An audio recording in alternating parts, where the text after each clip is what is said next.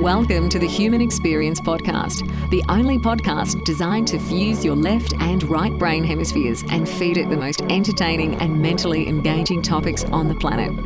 As we approach our ascent, please make sure your frontal, temporal and occipital lobes are in their full upright position. As you take your seat of consciousness, relax your senses and allow us to take you on a journey. We are the Intimate Strangers. Thank you for listening.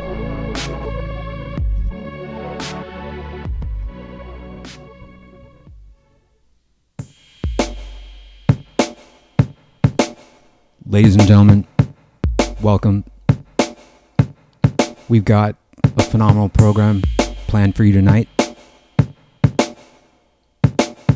We're going to be continuing our series called A Drink with Dr. Dennis Mckenna. Dennis is a good friend of the show. He's been on the show many times. I've known Dennis for many years. So sit back, grab a drink, maybe a smoke. Enjoy this conversation. The Human Experience is in session. My name is Xavier Katana. My guest for this evening is Dr. Dennis Mckenna. Dr. Dennis Mckenna is an ethnopharmacologist who has studied plant hallucinogens for over 40 years. He is the author of many scientific papers and co-author with his brother Terence Mckenna. He holds a doctorate from the University of British Columbia. He received postdoctoral research fellowships in the Laboratory of Clinical Pharmacology, National Institute of Mental Health, and in the Department of Neurology, Stanford University School of Medicine. He's the founding board member of the Hefter Research Institute, a nonprofit organization focused on the investigation of the potential therapeutic uses of psychedelic medicines. Dennis, it's a pleasure, my friend. Welcome back to HXP. It's so good to have you back here. It's a pleasure to be back, Xavier. How are you? I'm doing well. So we're doing this drink with Dr. Dennis Mckenna thing again. What are you drinking over there? Well, I grabbed some white wine, which was the closest thing available. Okay, I'm drinking some red wine, so we're set with that. Very good. You've been pretty busy these days. I mean, I talked to you about a week ago, and you were down in Peru, I think, right? That's right. Yes, we just finished up 2 retreats down there. That'll be the 3rd retreat of this year that we've done. And so it's keeping me busy. And then we have another one coming up in November, which I think will be a very interesting retreat, not like anything we've done before.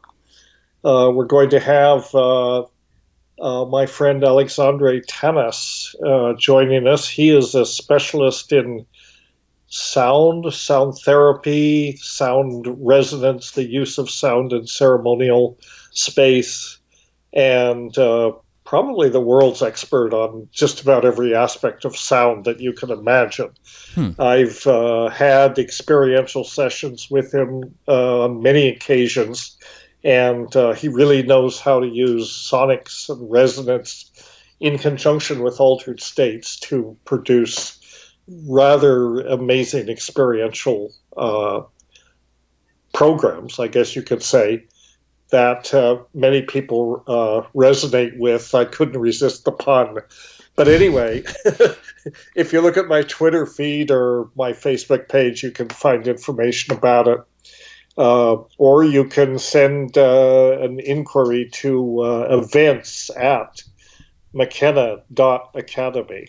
Okay, getting that out right away. I mean, since you mentioned it, tell us a little bit more about the Academy, because this is something new that you're doing it. You're calling it the catalytic nexus for the transformation of global consciousness. Wow. Close, Xavier. We're calling it. It's the Mckenna Academy of Natural Philosophy. Right.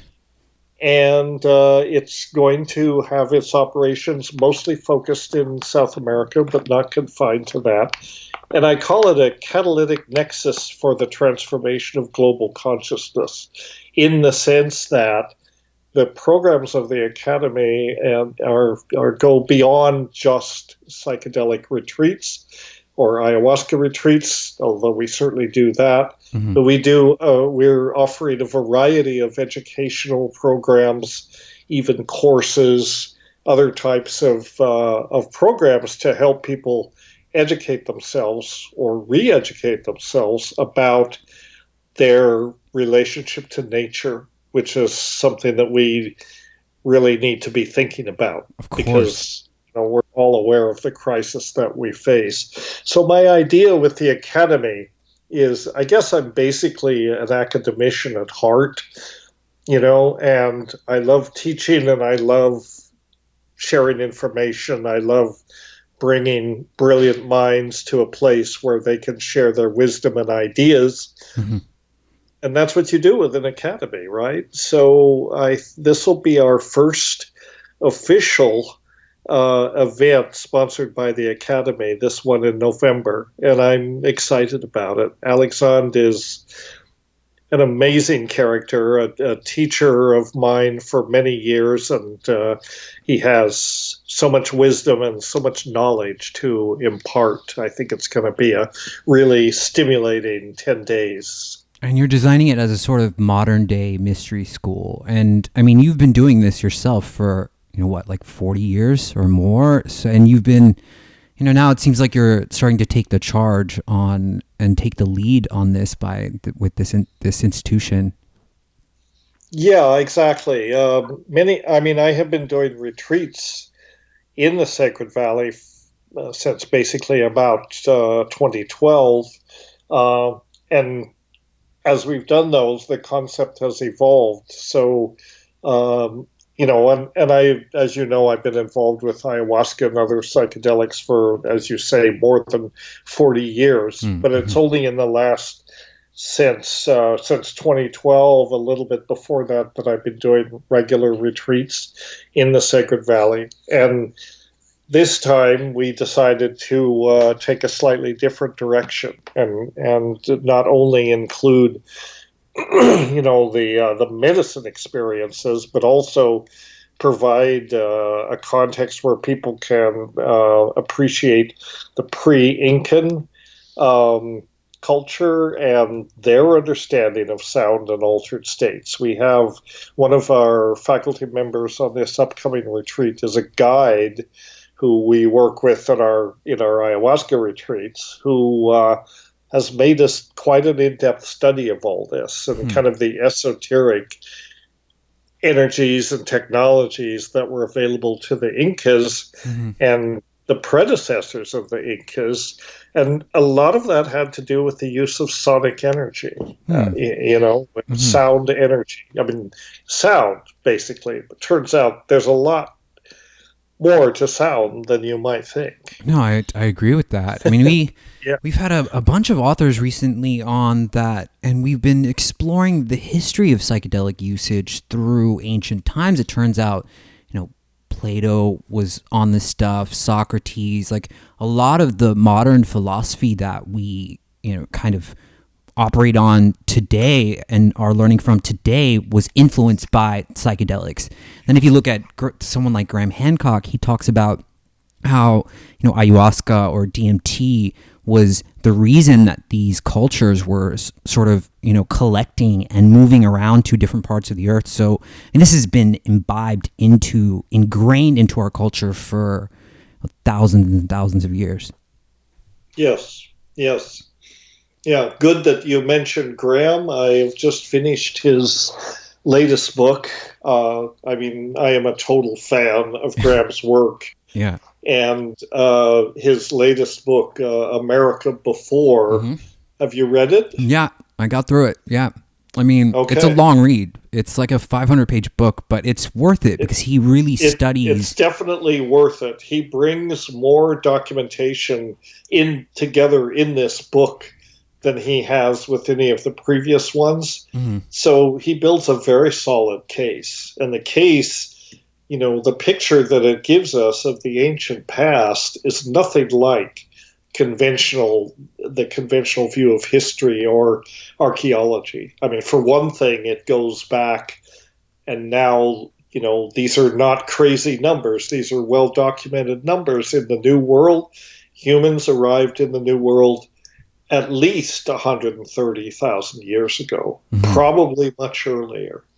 And so that just completely overturns, the conventional view of when hominids, they weren't even, when humans made it to the New World, and indicates that, they probably didn't come over the land bridge initially. They actually probably crossed the ocean, which is, it just vastly exceeds anything we thought that such ancient races would be able to do. So it's very interesting, his theory that there was a more or less advanced, like not computers and lasers, but more like an 18th century level of civilization. These people had, ocean-going ships, basically, and they had, writing. They were cartographers, and they actually generated maps of parts of the world that for years were not even known, to the Western world, not admitted at that time. So, and you've read the book, so you know all this. I mean, why, Dennis, do you think then, for us publicly, why has the history of this been hidden? Why are psychedelics, namely, plant medicine, so demonized in mainstream culture, mainstream media? I mean, the 1990s, you've got the Just Say No campaign, Nancy Reagan doing her whole speech. I mean, the war on drugs. Why suppress this technology if it's been around for so long? Well, I think it's numerous factors. I mean, for one thing, psychedelics are dangerous not because they're dangerous substances, but because they make you have dangerous ideas. Unorthodox ideas, and the powers that be are never receptive to that. They don't really want people to make their own discoveries and think for themselves, because they have an agenda. You're supposed to accept a certain societal or religious or other, sets of dogma, and if you insist on thinking for yourself and push back against the conventional wisdom, as something like Graham's work does, and it's very well done, it's very well documented, so you can't really fault it in terms of being sloppy scholarship or anything like that. Why are people so threatened by it? I'm not sure. It's because there's a certain narrative that we've accepted for a long time. For instance, the idea that, humans originated in Africa, they moved out of Africa, thence into Europe and Asia, the possibility that they might have reached the so-called New World much earlier than anyone imagined. I don't know why people are threatened by it. I mean, I think that science, if it purports to call itself a science, should be looking for the truth, but I think something that Graham's work, and the fact that he has been so denounced by the so-called archaeological community, and as he makes very clear, it's because it's not a science anymore. It's a cult. It's become a set of accepted doctrines and views of ancient history that that are not to be challenged. And so he comes along and challenges it, and he makes a lot of people mad. But I think anyone who's curious, and who is really honest, can't review what Graham has written, can't look at that in an objective way and say, wait a minute, the picture that we thought we had of the ancient past, it just does not fit. Right. These new facts that have come to light. Yeah. And to me, that's exciting, but I'm not a dogmatist, I'm not invested in some set of dogma, and academics is, unfortunately, I mean, it's a notoriously sort of hidebound institution. It's not generally open to new ideas because it threatens the status quo. Have you ever had your tenure threatened with any of your work? Well, threatened in what sense? I mean, I don't know. Have you ever received pushback from, exploring psychedelics and plants in the way that you do? Not really. Okay. That's a good thing to hear. It's been surprising. I mean, I've not gotten, death threats or anything like that. Oh, A okay. lot of people disagree with me. Sure. And they're free to do that. That's what what free and fair dialogue is about. In fact, my whole shtick is don't believe me. I mean, I'm not being asked to be. I'm not asking to be believed. I'm asking or suggesting people should think for themselves. And they should use these God-given brains that we have to, figure it out, come to your own conclusions. That's the one thing that's that's quite attractive and beautiful about psychedelics, because, you don't have to accept any set of dogma. You don't have to have faith. You can just have the experience. It does not take faith or belief to benefit from psychedelics. What it takes is courage, and if you have the courage to smoke the pipe or drink the cup or whatever it is you do and actually trust yourself enough to have that experience, then you can decide for yourself what it means, and that's an important thing. Any powerful spiritual technology, there are legions of people who are ready to tell you what it's supposed to mean, Right. and how you're supposed to think about it. What I like about psychedelics is it gives you the opportunity. I mean, you can listen to those people. There are lots of people ready to tell you how to interpret this and so on. But in the end of the day, it's the encounter between you and the medicine, and whatever the medicine renders accessible to you. And so, it throws you back on itself, on yourself, and it basically throws down a challenge. Like, here's something that's going to completely blow your mind, and it's going to completely, disrupt your reference frame, right? And what you thought you knowed. And it's your job to make of it what you will, interpret it according to what, trust yourself enough to interpret it for yourself.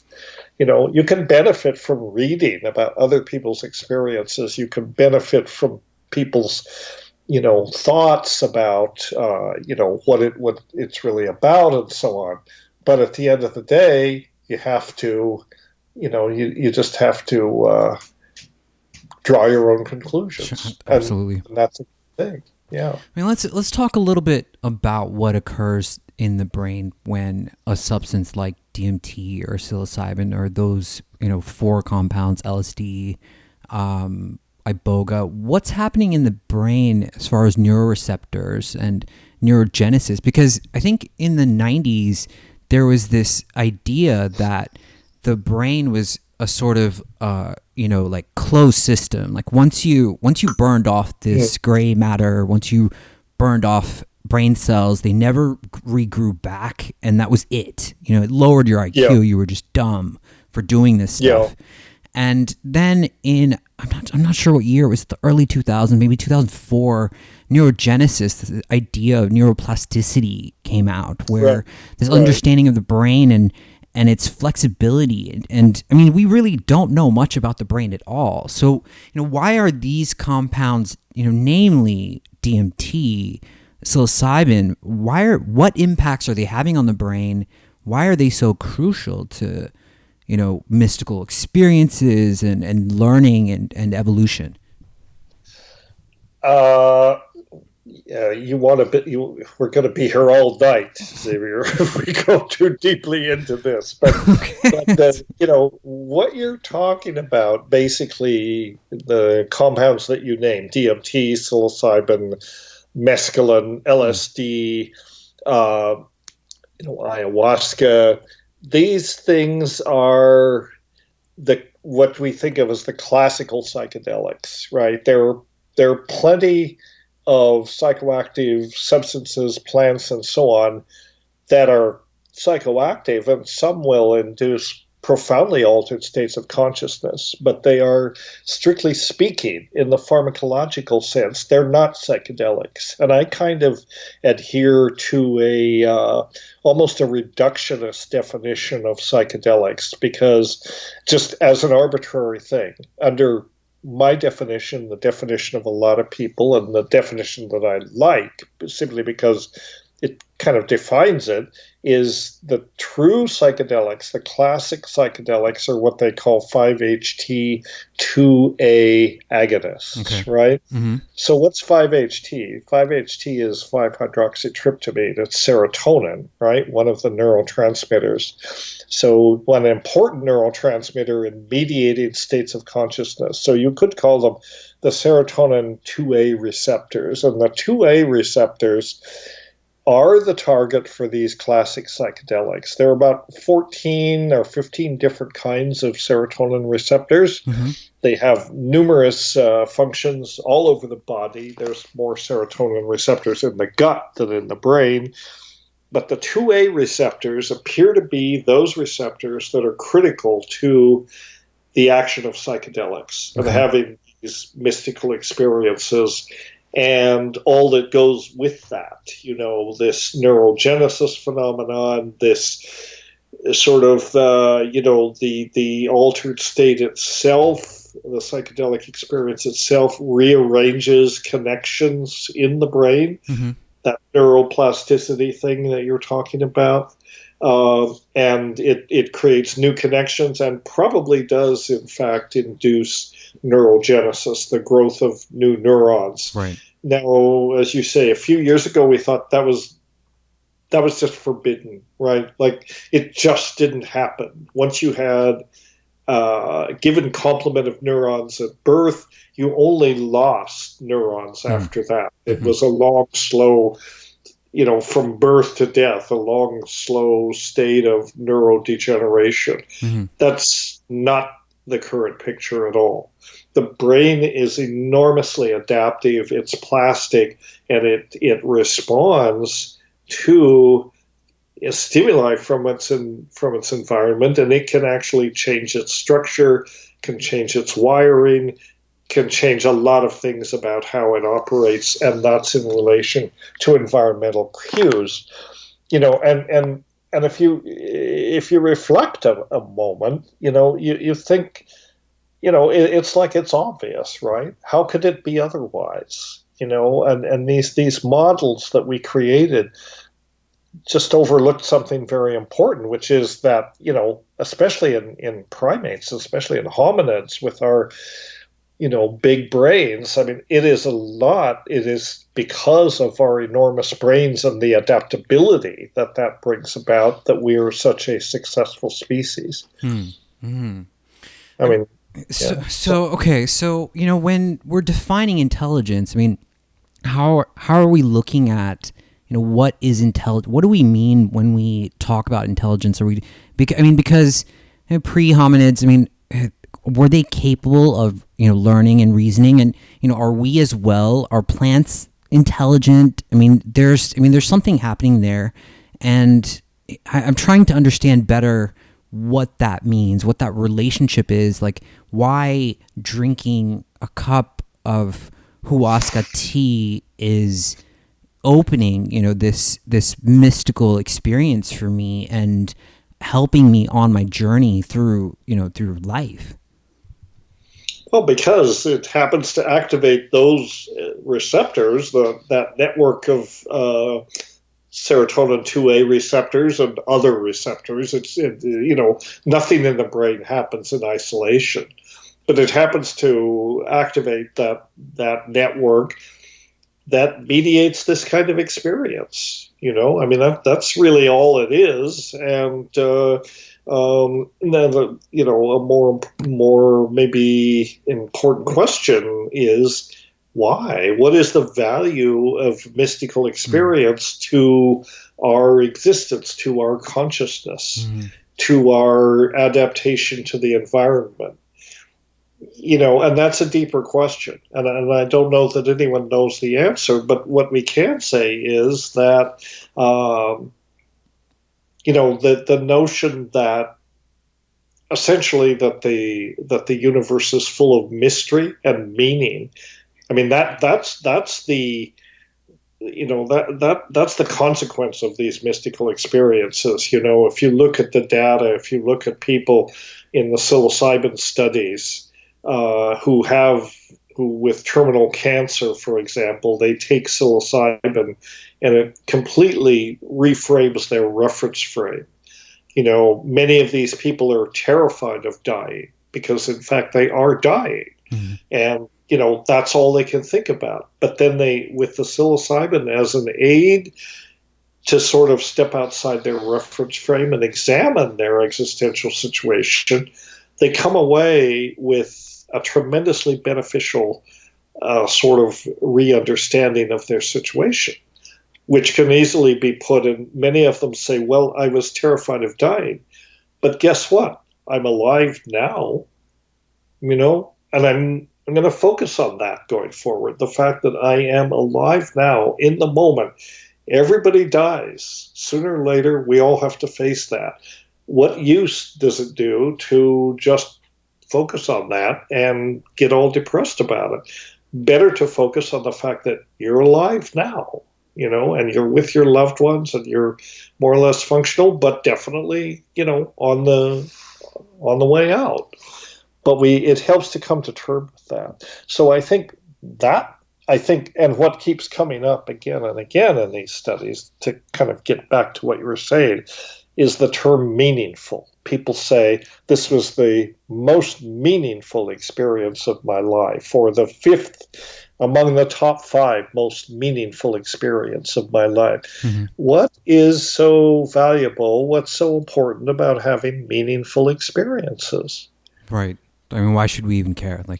Who cares? Why should we care? Well, but obviously we do. I mean, our whole lives, most of our lives are, routine. I mean, it's not that they're not enjoyable and that sort of thing, but they're not these profound spiritual revelations most of the time. They're more or less routine.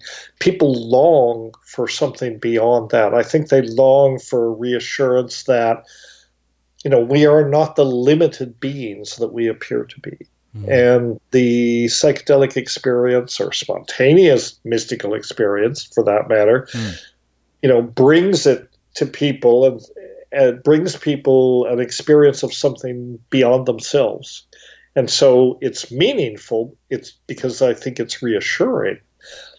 Doesn't even matter if it's true. It does and it doesn't. But, it's true in that you experience it. I think it's safe. I think it's not inaccurate to say that anything you experience is true because you experience it to the extent that it's an experience. Whether it has an objective reality, well, then we don't know. But people have these experiences and they are personally meaningful for them. And somehow we really value that. We, in fact, many people with a mystical inclination, they spend years trying to, achieve that kind of a reward. So it's interesting that, pretty much any schmuck can have this kind of experience, 25 milligrams of psilocybin in the right set and setting, and you're pretty much there, and so people say, well, that's not a real mystical experience, because you took a drug, right? You took a drug, and so it can't be genuine.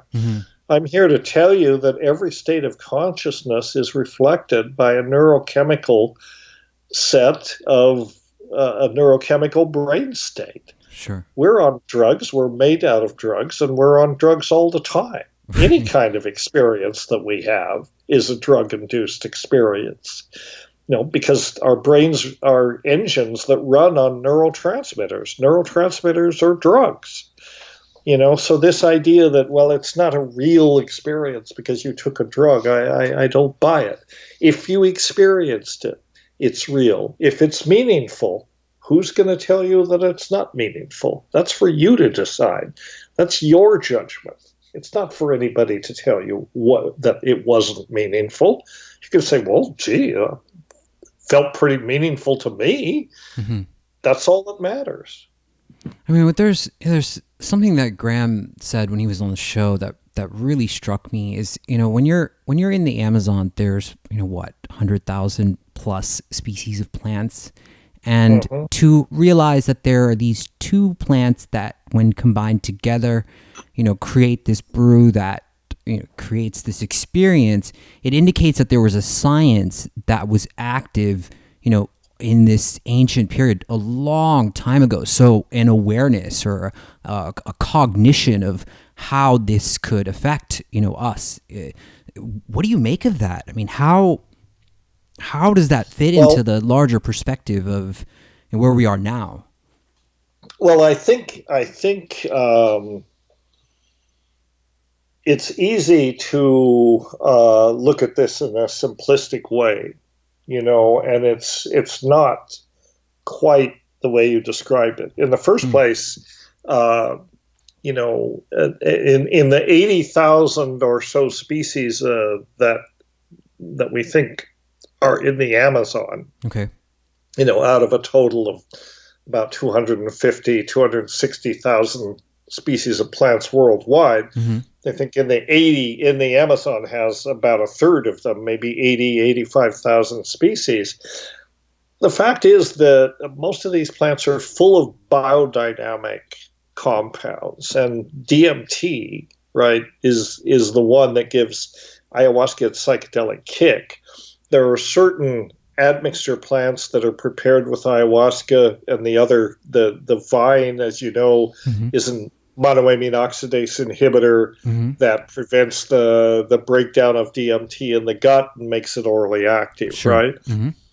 Many, many plants contain DMT. It is not a rare compound.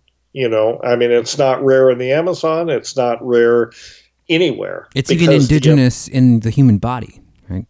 It's endogenous in the human body. That's right. It is, in fact, a neurotransmitter in the human body. We don't understand its function as well as something like serotonin, but it appears that it is a neurotransmitter.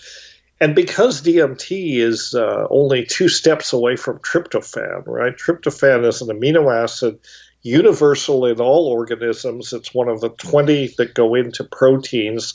2 trivial enzymatic steps will convert tryptophan to DMT. So it's very, very common in plants, and animals and fungi probably, and certainly fungi have their own tryptamine derivatives like the psilocybin. So it's common, and there are many plants that conceivably could have been used to make ayahuasca. And in fact, people do. They make analogs of ayahuasca, because the other component of the brew is the vine, which contains the beta carbolines that do the MAO inhibition. But again, beta carbolines, they're not as abundant in nature as DMT, but they're certainly not that rare either. So potentially, ayahuasca or ayahuasca analogs could have been made from completely different plants. And you, in fact, do that. You can do that. And with a little knowledge of botany and what we know now, a little bit of knowledge of chemistry and what's been published, you can expect to be quite successful. You can make an ayahuasca analog that will be every bit as active as ayahuasca. But how did this come back? How did this come about back in the day? Well, most likely it just came about through trial and error experimentation, Mhm. But not random, not necessarily random experimentation.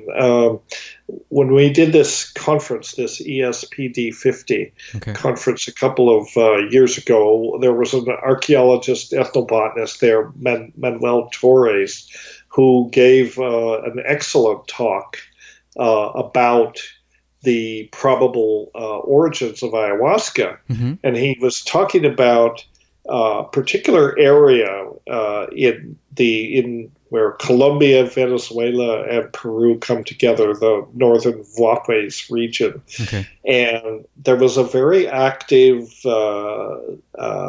chicha technology making beers of various kinds. And beers are fermented beverages that you make from roots, or usually from roots like manioc. You can make them from fruits sometimes. These are just basically a fermentation technology, right? But the people that made these chichas, they were curious, and they were in in an environment where there were these other plants. Some of them had medicinal uses, including ayahuasca. Ayahuasca, the vine, was used by itself, not as part of a hallucinogenic brew, but probably as a treatment for parasites or something like that. But human beings have gotten to where we have with respect to plants and the way that we exploit plants because we're curious, and you can see much the same kind of curiosity in operation in a modern day craft brewer. A craft brewer is always looking for new stuff, new ingredients to put in his beers, right? To make them taste different, or to make something that the other guy doesn't have. And there's innovation that goes on. Maybe if I put some of this in, it'll make it taste different, give it a different effect. Manolo makes the point that there was a lot of that going on in this area at that time, and he thinks that that ayahuasca really sort of appeared out of that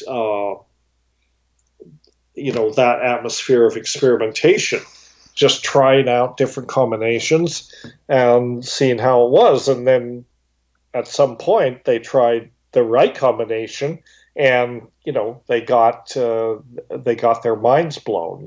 So that was a successful experiment, and yeah. So I think maybe that's how it might have taken off. Right. Is there a specific role that has been identified for the existence of DMT in humans and nature? It seems kind of like it's a bit elusive as to why, it even exists. I mean, I'm going to get a little woo here about this, but I mean, is it a molecule that connects us into some hyper dimension, some next level of reality, perhaps, that we don't see every. Sorry, I was pulling up the text to Manolo's talk here, which is worth looking at, and I'm gonna paste it into our text box here. People can look at this link. Okay. At some point. Wait a minute. Okay. I'll give you this link. You can watch Manolo's talk at the ESPD conference. Well worth looking at. Okay. Okay. Sorry. No problem. Distracted. So the question is, what does it mean? It seems like the role of DMT in Hello? humans in humans and nature. Can you hear me, Dennis? Hello? Dennis. All right, hang on, guys. It sounds like Dennis can't hear me. I'm gonna call him right back. Sorry, it's a live show. Just hang tight.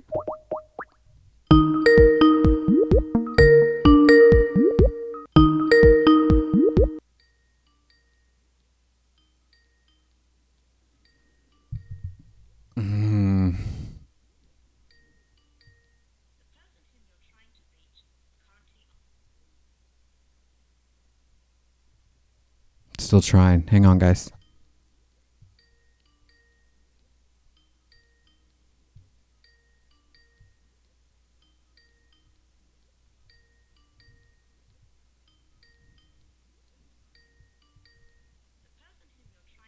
Huh, that's strange. It's not answering. All right. I think he might have lost his internet connection. Let's try again.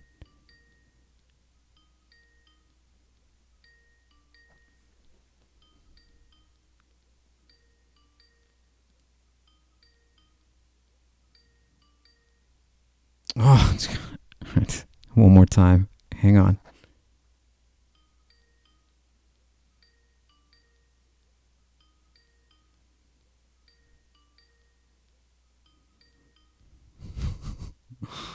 Dennis, what's going on, man? Hi. Hey, how many drinks have you had? Dennis, can you hear me? Yes, Okay, I can. okay. I don't know what happened. Neither do I. You tried to paste that Somehow link, and then it just went sideways. You turn. Huh. Okay, we're back. So Yeah, let's we're just. back. I'm sorry about that. No worries. Okay, so let's just go back to the question. And it seems like the role of DMT in humans and nature seems elusive to me. It's like this access to this mystical realm or compound mystical space, this hyperdimension that we're accessing when we ingest this compound. Do you have any theories about that? Is there something specific about the molecule that could result in discovering more about why it's so important or why it has this effect that it has?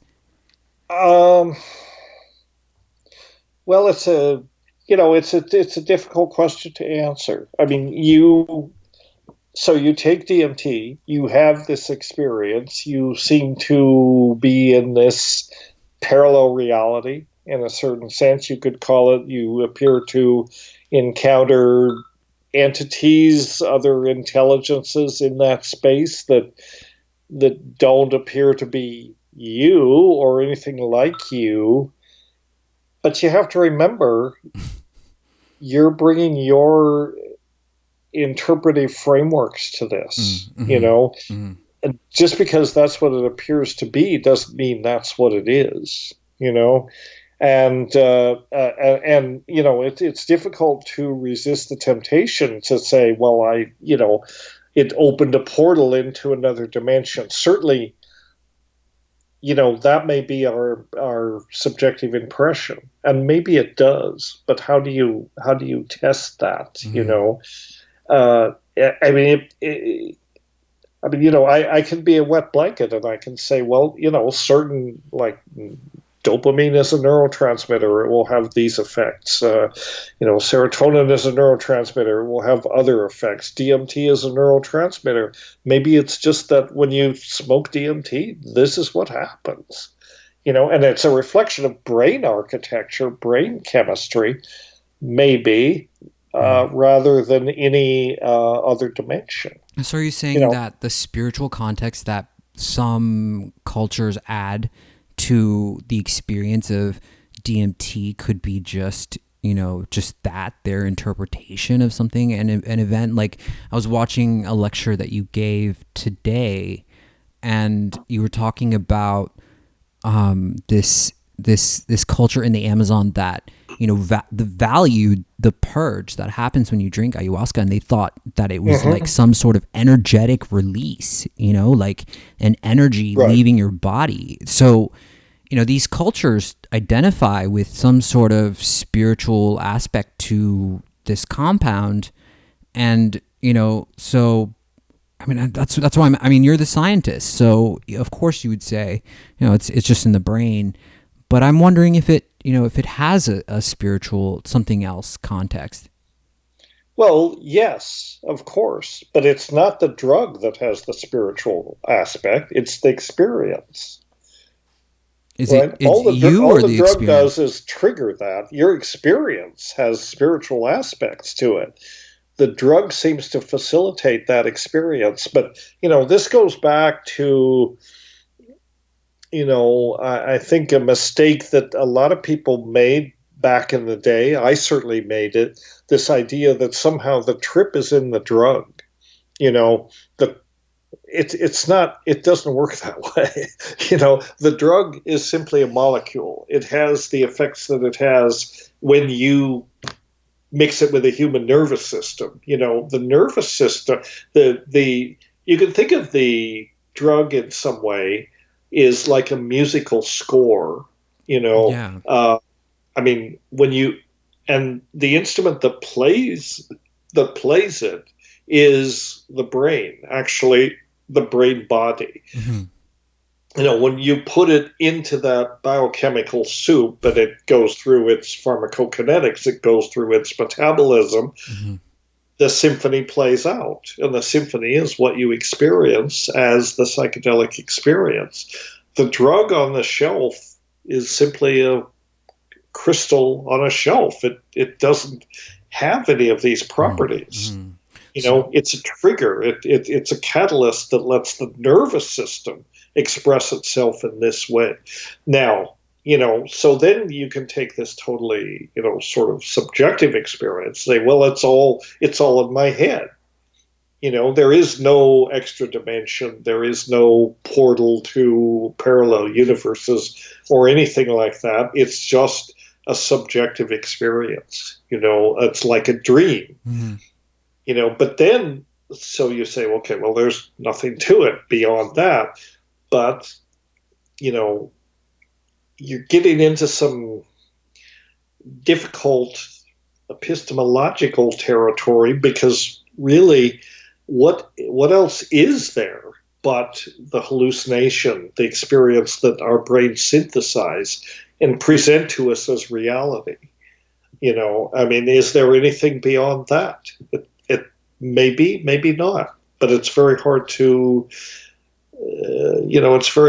objectively know about it, because we're caged, we're trapped. Or, I mean, trapped is a bad term because it implies that we're constrained, but in some ways we are inside of this neural hallucination that we create for ourselves and that we inhabit. It's a model of reality. I've very often said this. Our brains construct a model of reality, essentially a hallucination that we proceed to inhabit. So we're living out our own movie all the time.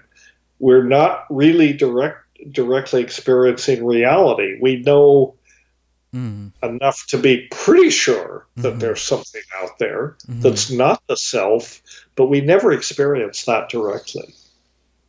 I mean, I really connect with your idea of, like when you look at a musical sheet on a piece of paper, that's all it is just this, like, writing on these notes on a piece of paper. But then when you apply the instrument and you play the music, then you're adding it to this extra dimension of, time and space. So perhaps the psychedelic experience is the same way.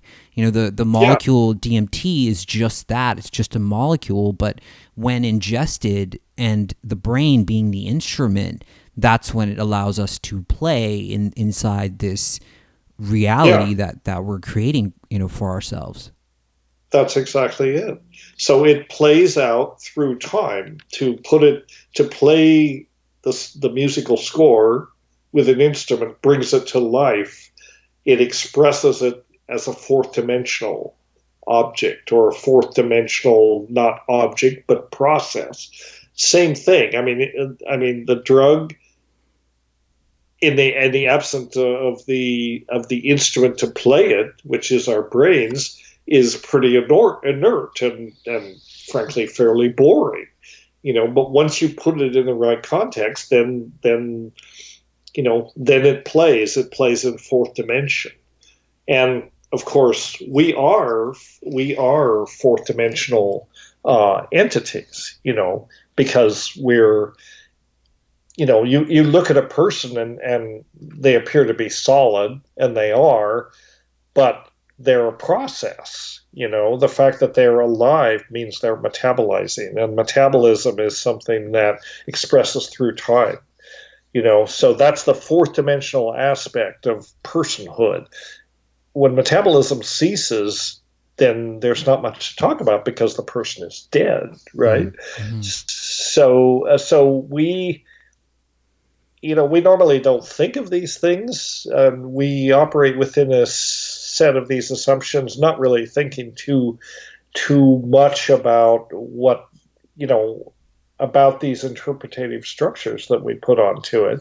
But when you actually sort of focus in on those, then you have to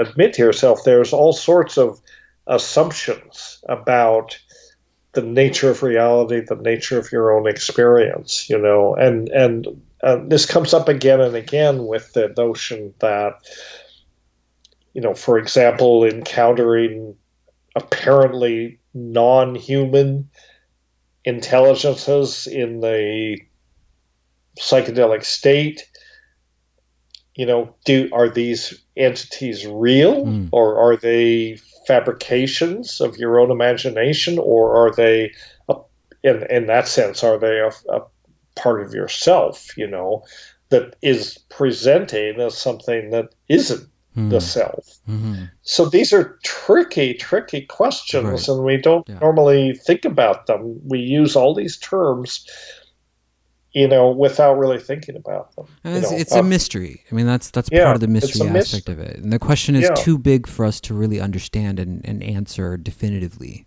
right? Can we accept that? Well, so far, right. right. And what about at the moment of cardiac arrest, the moment of death? And I mean, is there any relevance or truth to this idea that there's this surge of DMT that's being generated at the moment of cardiac arrest? It's very possible that there is. It would not be surprising. You're probably thinking of E.D. Frexka's work on this. Mm-hmm. And is it just a neuroprotective function? Is it just well, that's enough. Right. It is in fact neuroprotective. It's a very good antioxidant. And if you're having a ischemic attack, a stroke, essentially, if the body can mobilize those stores of DMT in the lungs, and they're actively transported into the brain, then they would have this neuroprotective effect. They would prevent the degeneration of the neurons through hypoxia, through lack of oxygen. They would buy some time, and it's perfectly reasonable, in fact, that the body would have these protective reactions to that kind of event. I mean, a stroke probably mobilizes all kinds of responses, but that might be one of the responses is the mobilization of massive amounts of DMT.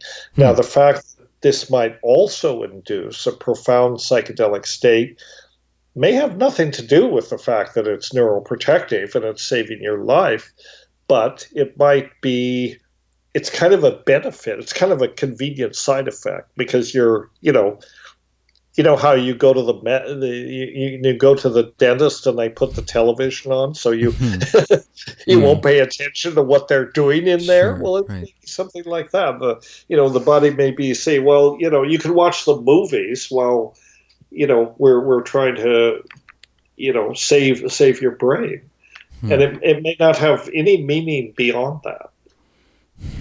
Interesting.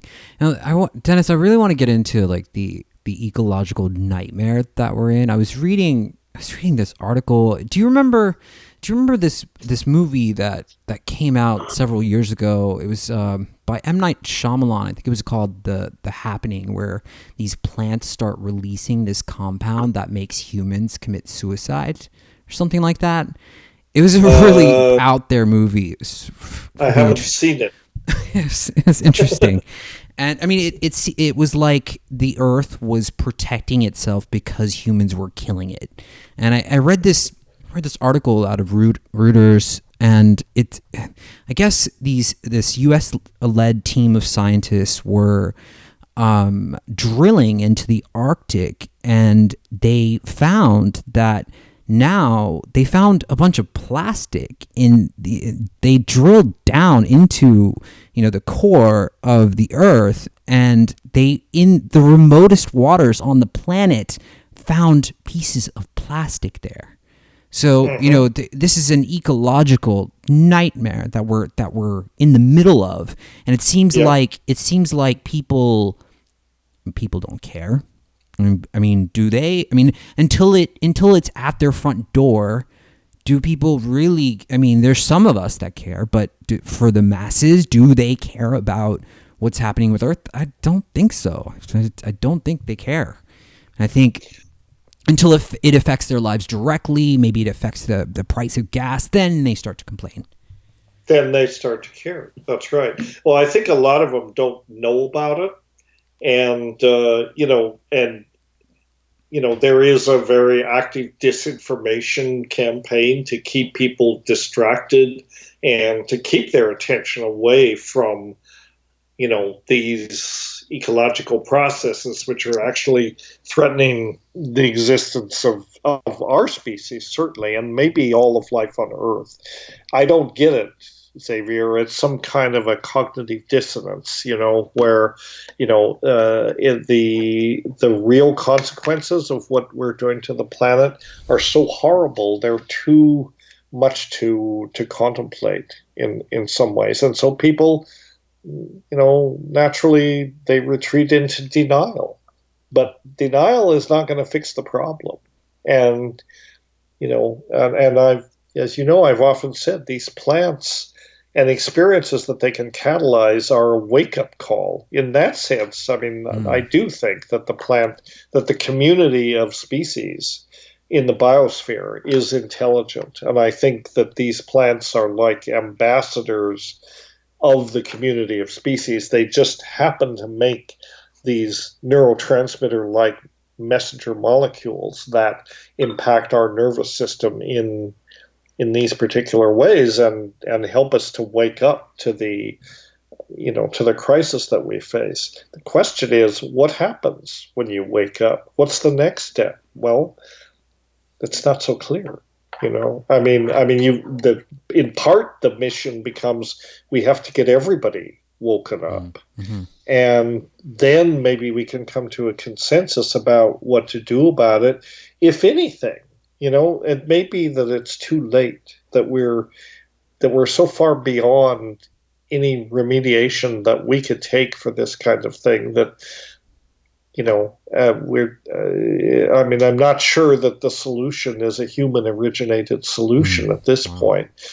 We can stop to some degree. We can try to stop what we're doing to, not compound the damage. They say when you're digging a hole, the first thing you do is stop digging. Right. If we could do that literally, then we might be able to turn it around. But, every time a new report comes out on the climate, how rapidly it's changing and so on, the time frame becomes shorter. And so, a few years ago it was that we had 30 years, now maybe 20 years, maybe only 10 years. The window is becoming shorter and shorter. Are we going to wake up? I think that's the question. Wow. Are we going to wake up? And if we wake up, will it be too late? What can we do to mitigate this? And, I don't really know. Terrence was talking a lot about this before he died. Yeah. And he was really big on this. And it didn't connect back then. And I think I agree with you. I think it might be too late. I mean, I've read the studies on this. I've really dug into this, and I'm not sure there's a practical solution. I mean, we supposedly hit peak oil, I think in the 90s, and we're still dependent on fossil fuels. There's just not enough happening. There's not enough awareness. There's not enough taking place that is, counter indicating that something is going to shift in our favor. And so So if it's too late for humanity, so be it. Humans, they seem to do this. Like wherever they go, is they take from their environment and take and take, and so it's a process of destroying the ecology that's around them. And I find that fascinating. I find it fascinating that we can't find an equilibrium or a harmony within ourselves, the way we live, and the earth, the home, the planet that we exist on. Right. We can't, and we don't. And it's dismaying. I think a lot of this, as I've often said, is a reflection of the sort of poison, the poison that has seeped into Western consciousness, particularly the West, but really it's a human disease. But this perception that we're not part of nature and that we own it, it exists to serve us. Mm-hmm. And that sort of top-down hierarchical perspective is what's gotten us into this mess that we're in, because we think that nature exists only to be depleted and exploited. Nature probably disagrees with that. It has its own program. And I don't worry so much about the survival of life on the planet. I think that life is very resilient, and will adapt. There have been massive extinction events at various points in evolutionary history, sure. Different cusps, where 95% of all terrestrial life has gone extinct and so on. Sure. We shouldn't imagine that can't happen again. We will likely be among the first to go. Life will persist, but it won't be as interesting as we are. It won't be as complex or problematic. After some millions of years, it may re-diversify, and who knows what will replace it. But, we are the problematic species. We're the ones that are putting all this pressure on the equilibrium states that maintain the smooth functioning of the biosphere. We are pushing all those envelopes. At a certain point, it won't be possible for it to snap back. And then we're up the creek without a paddle, as it were. Is it going to happen? I don't know. It doesn't seem like an if question. Yeah, it seems like a when question to me. It's like, when is it going to occur, not if it's going to occur. Right. And who knows? Who knows? Maybe there's a millennial out there that comes up with this really great idea, and it's mainstream, adopted, and maybe maybe corporations back off of this at any cost, profit paradigm that we are in the middle of. And it's not like we have a backup place to go to. There's no. Not yet. No. I mean, there is no other. And there really isn't any place to escape to. In fact, all this talk about putting a colony on the moon, a colony on Mars, in the first place, the time frame for those things is much longer. I mean, we're likely to be confronting this crisis long before we could have any kind of colony on another planet.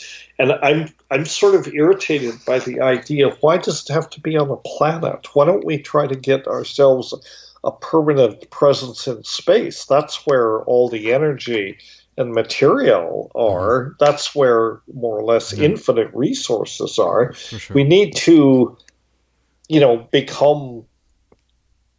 build space colonies or whatever if we're going to look at a technological solution. I can't see that building another, a settlement on Mars so that we then have another planet to pollute and destroy. What's to be gained in that? in space you can have all of these fairly dirty processes going on because space is already full of radiation and dust clouds and all of this stuff, so it's a great, if you're a polluting species, space is a good place to do it. Well, within limits, I mean, we're already turning near Earth space into a junkyard, much to our detriment. So I don't know. I mean, I really don't know. I don't. I mean, the Vedas talked about this a little bit, and they described it as like we are in this age of Kali Yuga, the dark age, and these ages last so long, like 150,000 years. But it turns out, someone on Graham Hancock's website actually posted this article that I read recently, and it was talking about how this dark age, I mean, that's what it translates to, the Kali Yuga, is supposed to end and shift into this new age around 2025 or so. So we got about 6 years until we see this shift and awareness change in people. And if you look at what's happening politically, it's just in America specifically, but just not just America, but all around the world, people are protesting. Yeah. And I mean, everything is so charged up. It seems like we're on the precipice of something huge, something big, that could change the course of where we're going and how we're getting there. Yeah, exactly. Everything seems to be getting destabilized. I mean, it's not going to be business as usual. And the question is, there may well be solutions to some of these climate crises. I mean, there are technologies that could be solution. People are talking about geoengineering and all that, And on the one hand, this is a radical solution. It's not something that, a few years ago people would consider. But right now, things are going to hell so fast. We might need to implement some radical measures, And but the problem is, it's not that there are not solutions. There are solutions, but the problem is on the policy level. The people who make the policy, who should be stepping up to the plate and saying, look, we have a problem here. We need to have all hands on deck to solve this problem. All hands, this is something that threatens not just the United States or any country. It threatens us as a species. So Earthlings need to be responding to this. I don't see that happening. Yeah. I mean, I think, the program of governments, particularly the U.S. government, but as you say, a lot of others seem to be very invested in denial and even making it worse, reversing what pathetic policy initiatives they have made, because, now we don't believe in it, or, Trump says global warming is a hoax, and everyone buys that. Well, it's not, it's not a hoax. And, we live in this environment created by the media where it actually distorts reality, it seems like, because the reality that we inhabit is created out of memes, and the power of social media and all this can propagate these memes, throughout the global consciousness so quickly. Is there anything we can rely on in terms of good information? How do you separate good information from lies and propaganda? That's a great point. Yeah. Very hard to know. Yeah. I mean, have you noticed, Dennis, that people have changed. The world has distinctly changed since this advent of the smartphone. In my encounters with people when I'm out, I don't notice people ever looking up from their phone. They're so completely addicted. It's like they've devolved into these lower species monkeys. There's actually this question that segues into this perfectly. Bandaloop asks, he says, what does Dennis think about Tony Wright's theory on fruit symbiosis being involved in our neural evolution and how humanity is now degenerating back into a typical mammalian brain? Well, I think there may be something to it. I like Tony Wright's theory. In fact, I wrote the foreword to the first edition of his book, which when it came out was called Left in the Dark, and it just makes sense to me. Tony's theory just makes sense that we grow up, we evolved in this biodiverse environment. Biodiversity is reflected by chemical diversity. We were pretty much omnivores. We consumed lots of different plants and animals. We consumed a chemically diverse diet. We existed, we lived in a complex chemical ecology, right? So it just makes sense that these plant compounds are going to have an effect on our neural evolution, on many aspects of our evolution, either directly affecting mutation rates or even through epigenetics and that sort of thing. So I think it's a perfectly reasonable hypothesis. And the idea that Tony brings forward is that we've sort of we've evolved into a place where we're actually in a neurodegenerative state now with the deterioration of the human diet and all that. Many fewer fruits, more meat, more synthetic processed food, all of that kind of stuff. And GMOs and GMOs, all of these things have an influence on the quality of our diet and the quality of, you are what you eat. Right? I mean, it's a common cliche, but it really is true. What you take into your body from plants or animals is what your body is made of. And, so the processes that Tony is talking about, again, are, they're coevolutionary processes. They take place over large amounts of time, but I think that there's some validity to what he is talking about. I mean, it's interesting to look at the larger perspective of where things are headed, how people seem to be behaving, and just looking. I mean, in the information age, I mean that's where we are now, and where I can transmit at close to light speed, across the world, a tweet or something like that, and instantly make aware, so many people about a certain topic. But, what seems to be important is just the most trivial, it doesn't really matter to your everyday life, like what the Kardashians are wearing, or, it's something like that. It's nauseating. Right.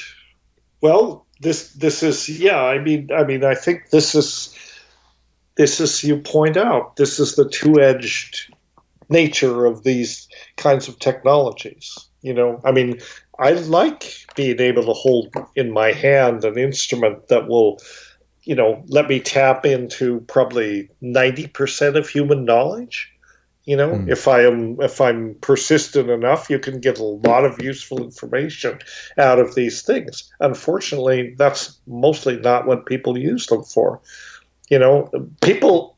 I mean, it's not clear. I don't. People value their tribe. They value their group, and these communication devices like social media and so on. They seem to reinforce our tribalism rather than facilitating communicating outside our tribal comfort zone. I'm not sure. Is it the instrument or is it human nature? I tend to think it's human nature. I think that I say again and again, technologies don't have moral qualities. Humans have moral qualities, Mm-hmm. and it's all about the decisions that we make about how to behave toward each other, how to utilize these technologies. They can all be utilized for beneficial purposes. They can also be utilized for destructive purposes, and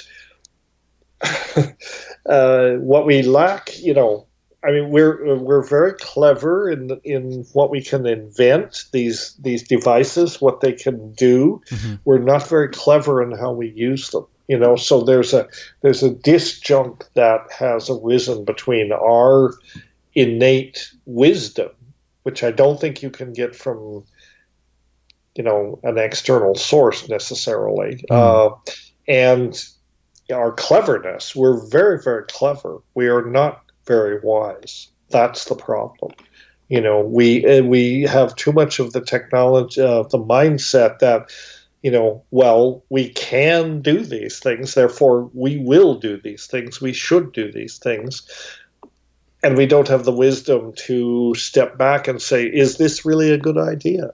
And that applies to things like AI and genetic engineering, and all of these tremendously powerful technologies that we can manipulate, which have the potential to be extremely beneficial, but also completely destructive Yeah. if we misuse them. Where's the wisdom in where is the wisdom that we can bring to bear on that, and either how to use it in beneficial ways, or how to make a conscious decision. Let's don't do that. Let's not use it, even though we could do it. Let's don't do it. And that takes a lot of courage, and it takes moral insight to come to that conclusion. Well, I mean, the time is now. It's not like we can wait around and figure this out later. It's time to create awareness now, and it's not just talking about it. It's actually going out and doing it. You create the awareness, and you demonstrate that you understand what the problem is, which is that the planet is dying. If we don't do something about this now, like 10 years ago, then I mean, I think it was Terrence that said that we would hand our children's children the bones of a dying world. Yeah, and that's pretty much what's happening. Wow. Yeah, unfortunately. So I mean, that's why this academy that you're creating is so important. And things like this, and I feel like our mission collectively is the same. We're aligned in this idea of, I don't know, collectively helping the planet, each other, escaping this sort of result of, extinction, I guess. Yeah.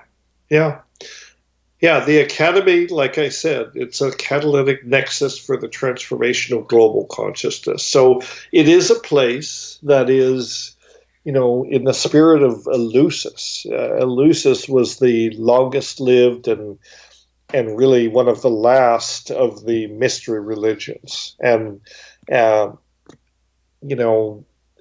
the Academy is founded in that spirit, to be a place where you can bring the best minds on the planet together with the help of plant medicines, help people understand, reframe their relationship to nature and to each other, and hopefully come away with some solutions. So it's a kind of a think tank, I guess. It's an academy, but the think tank is, to me, the term implies that, well, you have all these educational activities, you put out reports, you do these things, but you're kind of scratching your own belly button. You're not really having any impact. I want the Academy to be different in the sense that it can be a nexus. It can be a place where brilliant minds can come together and try to come up with solutions, and not only brilliant, but also influential. Bring people together bring people there to have these transformational experiences, much for the same reasons that people went to Eleusis. This was a lifetime experience that you had, you were expected to have, and it was an influence for your worldview for the rest of your life. That's what I want the Academy to be, a place where people of influence, power, and brilliance can come and, confront our existential situation, look at it from a different perspective with the help of plant medicines, and try to come up with some creative answers. So it's important that people share this, but then the next step is what do you do when you leave the retreat? What do you do when you go home? And some people are in a position to make some big changes.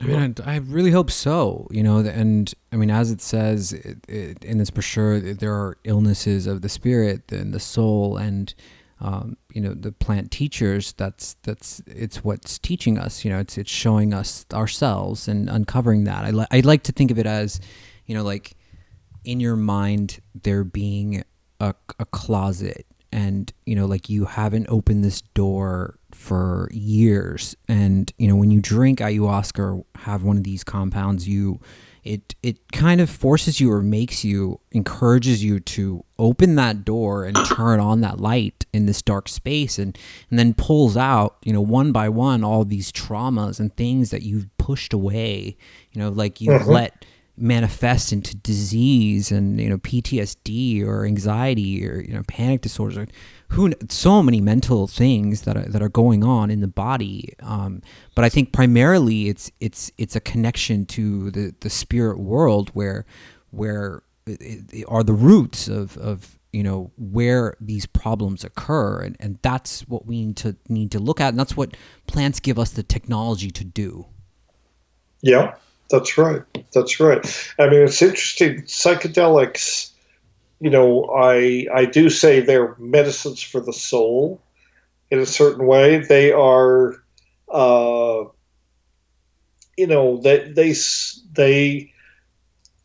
they speak to us at the collective level. They speak to us at the species level, at the cultural level, and at the individual level, right? And that's kind of interesting.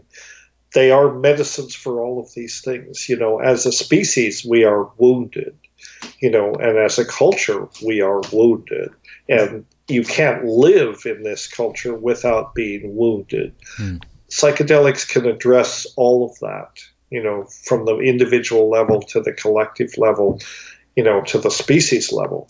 They've always been there. They've always been capable of that. And this has long been recognized by indigenous people who have been kind of the stewards of this knowledge. Now the rest of us have to acknowledge it and get on board with it. If we can, if you can persuade people. But,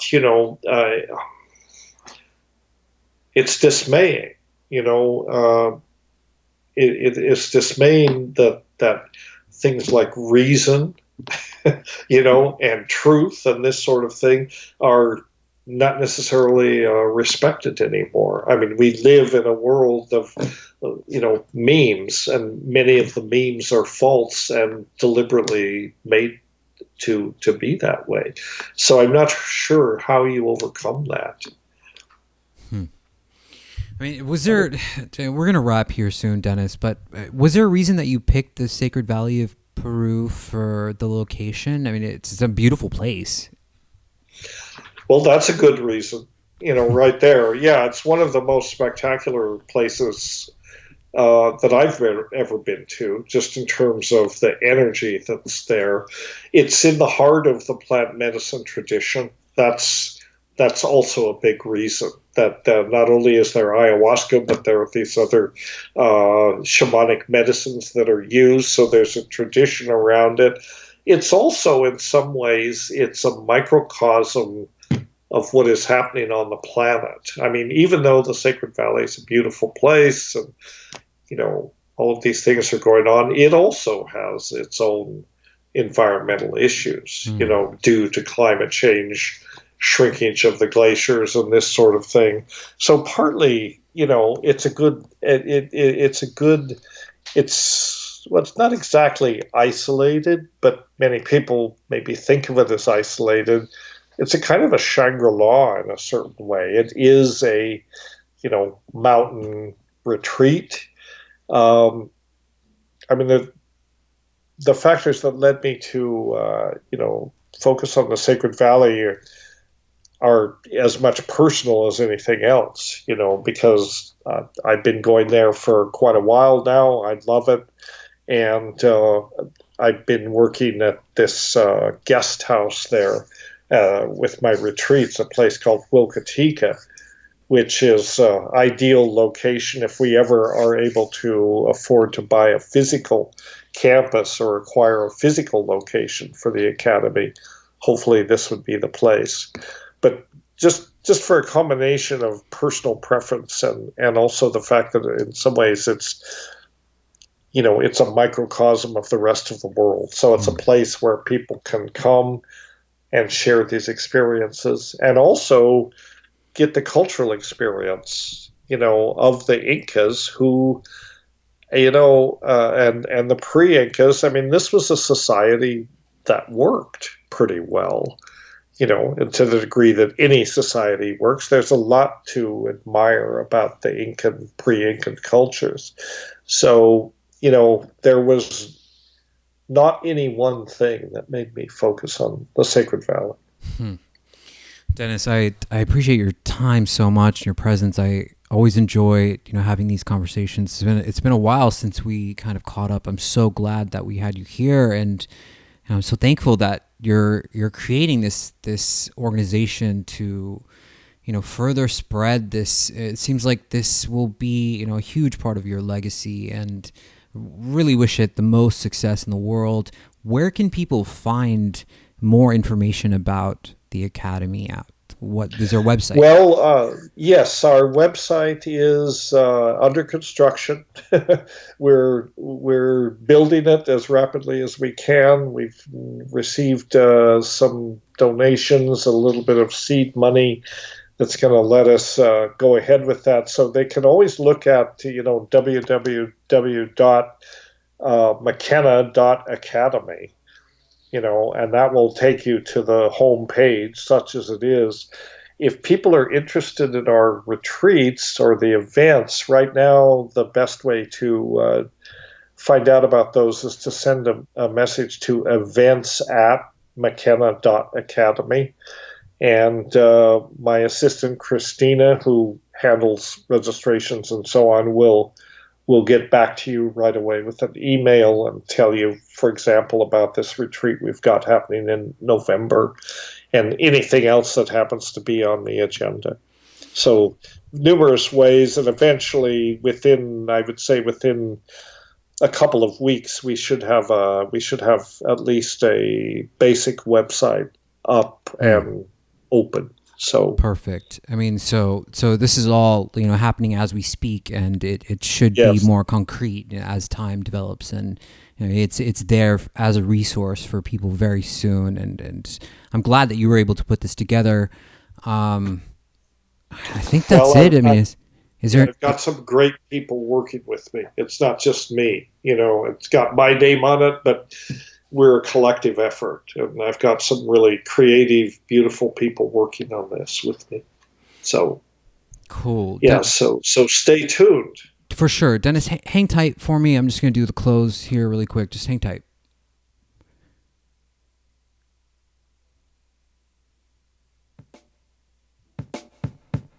Guys, that's going to do us for HXP, the show today. I hope you guys enjoyed this. It was really fun to talk to Dennis and get his perspective. It's quite sobering, but this is the reality that we're in and that we're facing. So it's important that we acknowledge it and recognize it and take action, do something about it. If you're listening to this on the podcast version, get to YouTube, subscribe to us on YouTube. Click the notification bell so that you get notified when we go live. And if you're feeling generous, get to iTunes and subscribe to us on iTunes and leave us a review. One of the things that I hear the most is that most people have no idea that we exist, and they find our show and they see all the guests that we've interviewed, and they're stunned that they hadn't found us before. So the biggest compliment that you can give us is by recommending us to your friends and your family and the people that you care about. Thank you so much for listening and your presence. Without that, the show would not be possible. We will see you next week.